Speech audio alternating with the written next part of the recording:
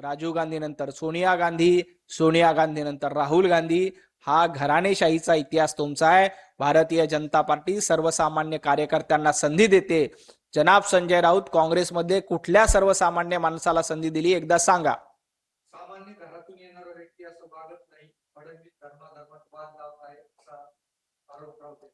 देवाभाऊ कुठल्याही धर्मात वाद लावत नाही, तर देवाभाऊ महाराष्ट्राला पुढे घेऊन जाण्याचं काम करतात। देवेंद्रजी फडणवीस यांनी काल नागपूरमध्ये तरुणाईसोबत संवाद साधला आणि राहुल गांधींची कॉपी करण्याची आम्हाला गरज नाही। 2025ला तेव्हा जेनझीचं आंदोलन नव्हतं, तेव्हा देखील वरळीच्या डोममध्ये देवाभाऊंनी तरुणाईंशी संवाद साधला होता। त्यामुळं नौटंकीबाज, दुटप्पीपणा करणारे कावेबाज तुम्ही आहात।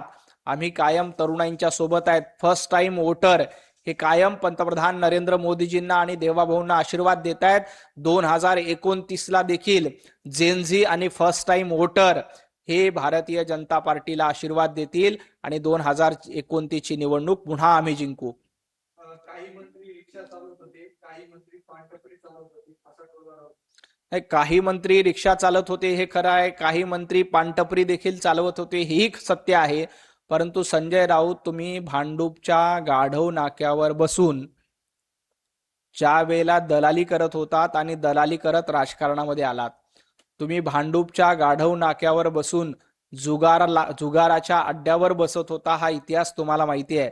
जुगाराच्या अड्ड्यावर बसून आलेले संजय राऊत आहेत, तर रिक्षा चालवून सर्वसामान्य कुटुंबातून आलेले अनेक मंत्री आहेत आणि सर्वसामान्य कुटुंबातल्या लोकांना न्याय देण्याचं काम हे भारतीय जनता पार्टीने केलंय।